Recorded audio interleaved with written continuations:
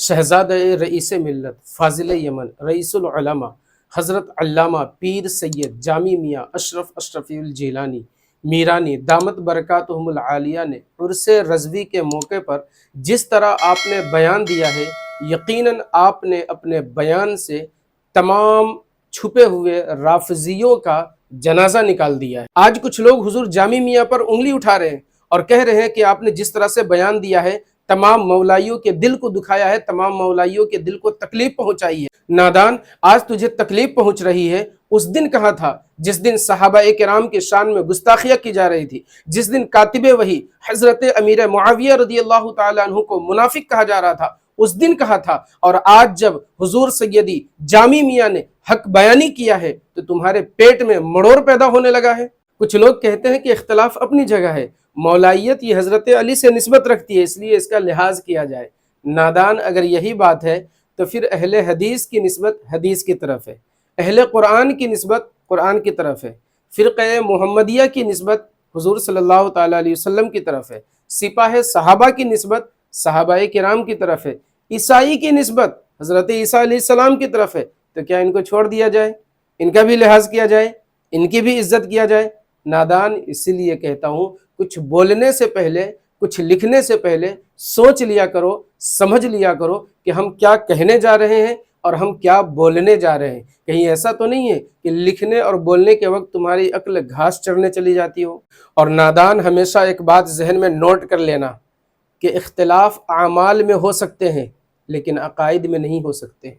شریعت کے 4 امام ہیں، حضرت امام اعظم ابو حنیفہ، حضرت امام شافعی، حضرت امام مالک، حضرت امام حنبل، ان چاروں ائمہ کے عقائد ایک ہی ہیں اگرچہ اعمال میں اختلاف ہے۔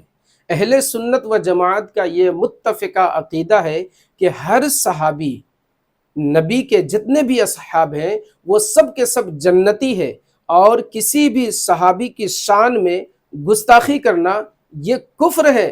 اہل سنت و جماعت کا یہ متفقہ عقیدہ ہے کہ حضرت امیر معاویہ یہ صحابی ہے، اور ان کی شان میں جو گستاخی کرے گا وہ اہل سنت سے خارج ہو جائے گا، وہ مولائیت سے خارج ہو جائے گا۔ اگر کوئی سنی عقیدے میں کسی قسم کی کوئی چھیڑ خانی کرتا ہے تو پھر اس کی سنیت باقی نہیں رہتی ہے بلکہ وہ سنیت سے خارج ہو جاتا ہے۔ پھر ایسوں کے تعلق سے ہم یہ آیت کریمہ پڑھتے ہیں، لکم دینکم ولی دین، تمہارا دین الگ ہمارا دین الگ۔ اس لیے اس کو اختلاف کا نام مت دینا، بلکہ عقائد میں گڑبڑی کی جا رہی تھی، عوام اہل سنت کے عقائد کو خراب کرنے کی ناپاک کوشش کی جا رہی تھی۔ ایسے وقت میں حضور سید جامی میاں نے ایسے نام نہاد مولائیوں کا رد کیا ہے۔ بقول آپ کے کہ مولائیت کا رد کرنا یہ حضرت علی کی طرف نسبت ہے، تو معاذ اللہ آپ کو یہ بھی کہنا پڑے گا کہ اہل حدیث کا رد کرنا نسبت حدیث کی طرف ہے، اہل قرآن کا رد کرنا قرآن کی طرف نسبت ہے، سپاہ صحابہ کا رد کرنا یہ صحابہ کی طرف نسبت ہے۔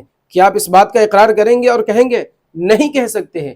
تو جس طرح سے اہل حدیث کا رد کرنا حدیث کی طرف نسبت نہیں، اہل قرآن کا رد کرنا قرآن کی طرف نسبت نہیں، سپاہ صحابہ کا رد کرنا صحابہ کرام کی طرف نہیں، عیسائی کا رد کرنا حضرت عیسیٰ علیہ السلام کی طرف نسبت نہیں، بس اسی طرح سے مولائیت کا رد کرنا یہ حضرت علی رضی اللہ تعالیٰ عنہ کی طرف نسبت نہیں ہو سکتا، بلکہ نام نہاد مولائی کی طرف نسبت ہوگا کہ جس نے اہل سنت و جماعت کے صف میں رہ کر کے اہل سنت و جماعت کے عقائد کے ساتھ چھیڑ خانی کی ہے۔ ایسے مولائیت کا رد کرنا حقیقت میں مولا علی کی طرف نسبت نہیں جاتی بلکہ اس نام نہاد مولائی کی طرف نسبت جاتا ہے۔ شرائط مناظرہ میں مفتی اختر حسین علیمی صاحب قبلہ نے رافضیت مولائیوں کا جنازہ نکال دیا، اور جو چھپے بیٹھے ہوئے تھے ان کو حضور سید جامی میاں اشرفی الجیلانی میرانی نے عرس رضوی میں خوب رگڑ رگڑ کر کے اس کو ظاہر کر دیا، اور فرقہ رافضیت اور نیم ملائیت میں کھلبلی مچا دی۔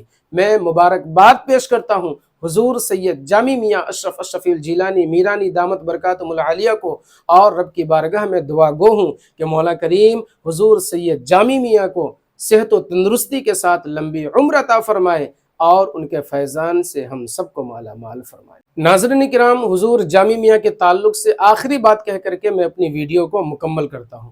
یاد رکھیں، حضور جامی میاں کوئی شہرت کے بھوکے نہیں ہے کہ سستی شہرت حاصل کرنے کے لیے وہ کچھ بھی کہہ دیں، نہیں۔